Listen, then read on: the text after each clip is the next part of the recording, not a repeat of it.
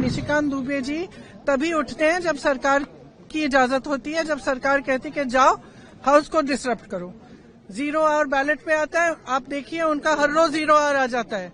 ये सरकार स्पष्ट दिखाना चाहती है कि इस संसद में सिर्फ उनकी चलती है।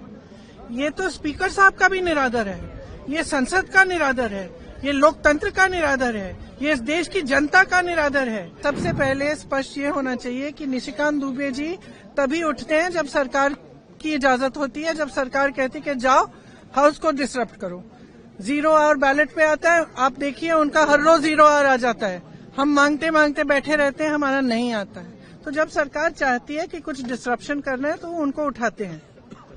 अब आप बताइए, अगर एलओपी को बोलने नहीं दिया, एलओपी को एक किताब जो प्रकाशित है, जो आज आपके सामने भी दिखाई है उन्होंने कि प्रकाशित किताब है, अमेज़न से खरीदी गई प्रकाशित किताब है, उससे कोट नहीं करने दे रहे। आप नियम कह रहे हो कि ये नियम का उल्लंघन है। तो अब ये महाराज उठे हैं और ये 6 किताबें सामने दिखा रहे हैं, उनमें से कोट कर रहे हैं, आप कुछ नहीं कह रहे हैं। इनका माइक चला जा रहा है। और किस लिए कराया गया? ये सरकार स्पष्ट दिखाना चाहती है कि इस संसद में सिर्फ उनकी चलती है। ये तो स्पीकर साहब का भी निरादर है, ये संसद का निरादर है, ये लोकतंत्र का निरादर है, ये इस देश की जनता का निरादर है। ये संसद, मैंने सुबह भी कहा, लोकतंत्र का मंदिर है।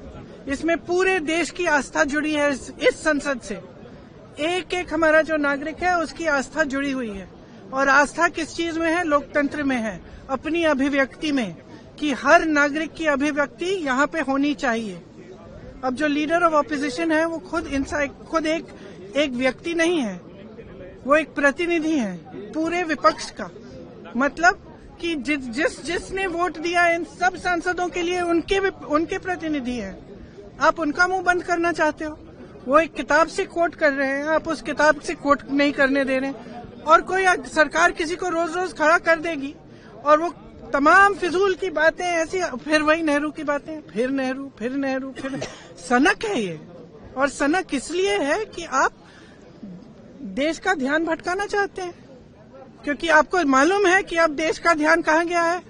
वो जो जनरल साहब हैं, उन्होंने जो कहा आपकी लीडरशिप के बारे में कि चीनी टैंक हमारे सरहद पे खड़े हुए हैं और यहाँ 2 घंटे लगा रहे हैं हमारी लीडर की क्या निर्णय लेना है। और अंत में और वहाँ जनरल साहब इंतजार कर रहे हैं कि कोई निर्णय आएगा, और 2 घंटे बाद निर्णय क्या आता है कि आप खुद ही निर्णय ले लो। और फिर ये लोग बात करते हैं इंदिरा गांधी जी का, ये लोग बात करते हैं इतिहास का। इंदिरा गांधी जी कभी पीछे हटी निर्णय लेने से? कभी पीछे हटी? पाकिस्तान के 2 टुकड़े कैसे किए? अपने कमरे में दुबकते कि हम निर्णय नहीं लेंगे, आप ले लीजिए। ऐसे नहीं होती है लीडरशिप, नेतृत्व ऐसे नहीं होता है, देश ऐसे नहीं चलता है। और जो आज इन्होंने किया है संसद में, वो यही दिखाने के लिए कि यहाँ न स्पीकर की चलती है, न संसद की चलती है, न किसी और की चलती है, ये सिर्फ हमारी चलती है। हम जब चाहे किसी को खड़ा कर देंगे और वो जो चाहे कह सकता है, लेकिन हम एलओपी को नहीं बोलने देंगे। ये बिल्कुल हमारे बर्दाश्त के बाहर है।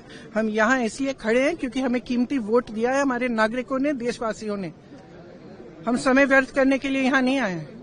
हम यहाँ इसलिए खड़े हैं कि उनकी आवाज उठाएं, और हम उनकी आवाज उठाएंगे। और हमारे एलओपी को जब तक बोलने नहीं दिया जाएगा तब तक हम इनको भी नहीं बोलने देंगे। और ये कोई राजनीतिक खेल नहीं है, ये एक बहुत ही गंभीर मामला है। हर देश के नागरिक को समझना चाहिए। ये नहीं है कि हम यहाँ नौटंकी करने आए हैं, ये बहुत ही गंभीर मामला है।